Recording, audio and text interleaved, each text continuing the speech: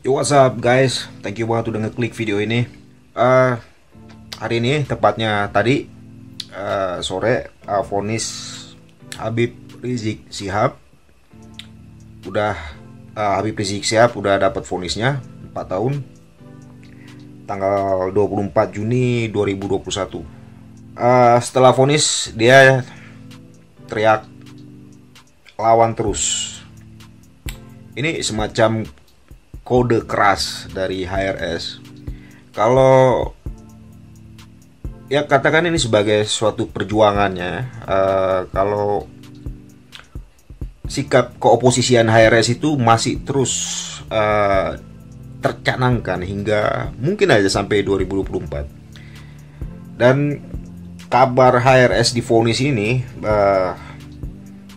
yang enaknya gitu ya untuk diketahui, ternyata disoroti media internasional. Terutama saya catat ada 8 yang media internasional yang populer lah. Di antaranya 4 Amerika, 2 Singapura, 1 Prancis, selanjutnya dari Jepang. Ada 8, kalau saya hitung, saya perhatikan ada 8 media internasional yang populer dan pastinya berpengaruh secara global, dan akan ada segala opini yang terbentuk nantinya melalui media-media tersebut.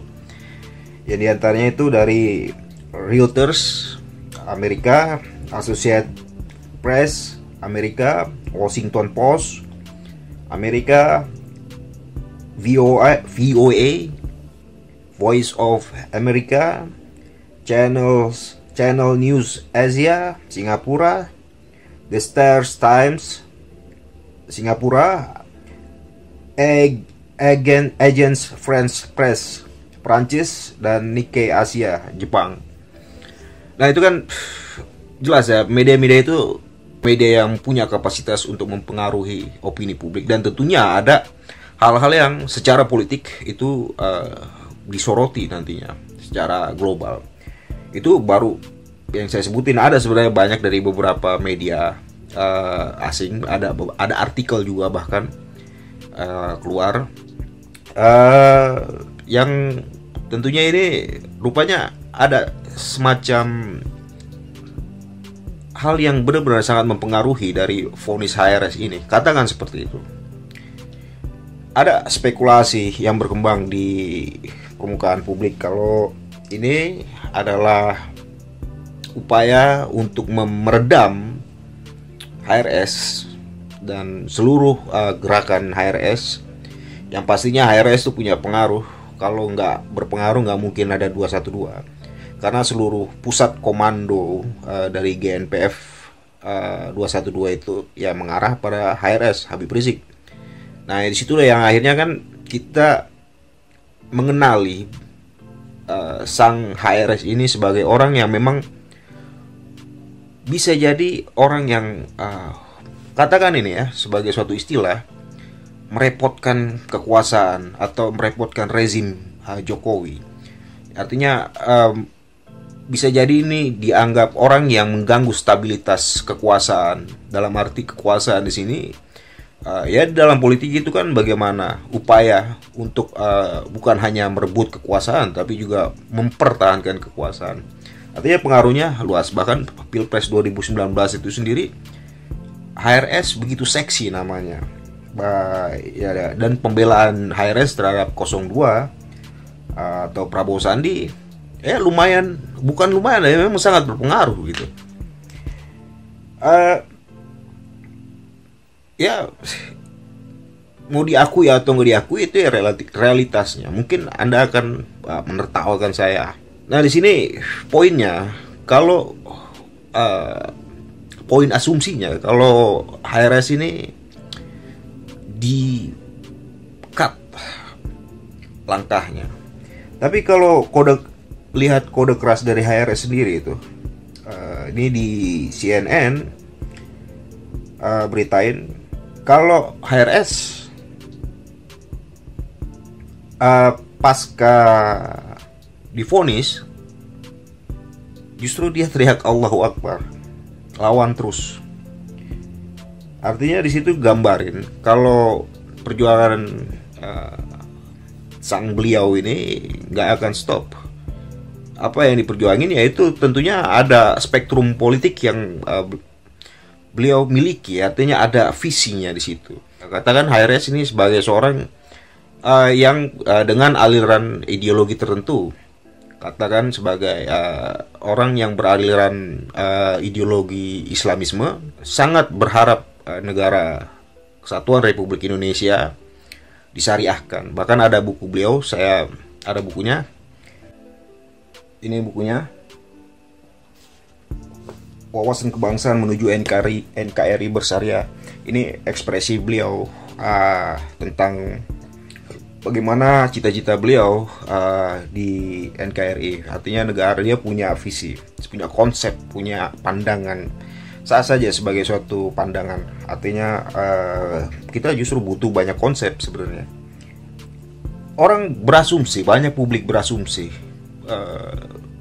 Bahkan di medsos juga banyak anggapan kalau ini bentuk, bukan hanya bentuk permainan politik ya, katakan aja sampai 2024, atau yang diredam itu, maksudnya HRS diredam sampai 2024. Ini juga bagian dari diskriminasi keadilan gitu. HRS sendiri melalui pihaknya ada beberapa orang yang nyatain kalau ini gak fair.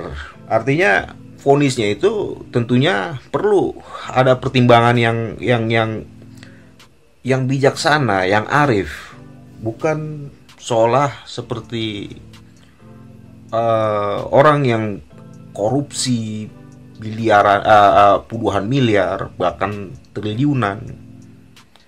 Artinya kalau dibandingin pula, orang-orang yang korupsi itu justru harusnya bahkan lebih layak lagi vonis yang di atas vonis HRS, karena poinnya di sini, poin dari pasal-pasal itu atau dakwaannya. Nah ini kan jelas kalau memang ini perlu ada semacam teguran sebenarnya di negara kita tentang proses proses keadilan, untuk mencapai satu keadilan, dan tentunya itu akan mempengaruhi law justice-nya itu. Nah, kalau saya hemat sih sebenarnya ini memang bisa sangat mungkin ya. Ada anggapan kalau ini permainan yang saya anggap ini brutalitas politik kekuasaan untuk meredam, menghajar habis kelompok-kelompok yang berseberangan. Dan ini sangat tidak baik. Otoriter, pertanyaannya, bisa jadi otoriter. Bahkan ada teori rezim hibrida namanya, yang dimana rezim itu memadukan antara demokrasi dengan otoritarianisme. Artinya menggunakan demokrasi untuk menegakkan otoritarianisme. Itu yang disebut dalam teori itu, rezim hibrida itu. Apakah rezim Jokowi ada di posisi itu sebagai status itu? Ya, Anda bisa simak dan ukur sendiri pastinya. Dan tentunya ini saya mau bicara lebih, cuma saya takut terlalu agresif dan akhirnya juga ada delik yang menghampiri saya. Tapi mudah-mudahan ini jadi PR besar. Kita nggak bicara juga soal HRS-nya, tetapi ini bicara bagaimana konsep keadilan yang diterapkan ini tentunya nggak fair. Kalau dibandingin dengan kasus-kasus lain kayak para koruptor dan beberapa orang di belakang juga di beberapa waktu lalu juga dapat vonis koruptor ya, dapat vonis yang kayaknya itu nggak imbang banget, nggak sesuai banget. Bahkan seolah itu ada semacam peringanan. Ya entah ini hasil pertimbangan hakim atau memang ada yang menekan itu. Oh ya, untuk Anda yang belum subscribe, jangan lupa subscribe, share video ini, bantu video ini untuk berkembang, kasih like, abis itu komen, kasih gambaran terhadap video ini. Saya juga butuh pandangan Anda, perspektifnya, opininya, Artinya jangan ragu, jangan malu untuk berkomentar, speak up aja, lepas aja, tetapi dengan bahasa yang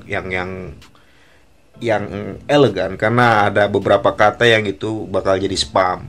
Eh, jadi spam otomatis ya dari pihak YouTube-nya sendiri. Oke, see you.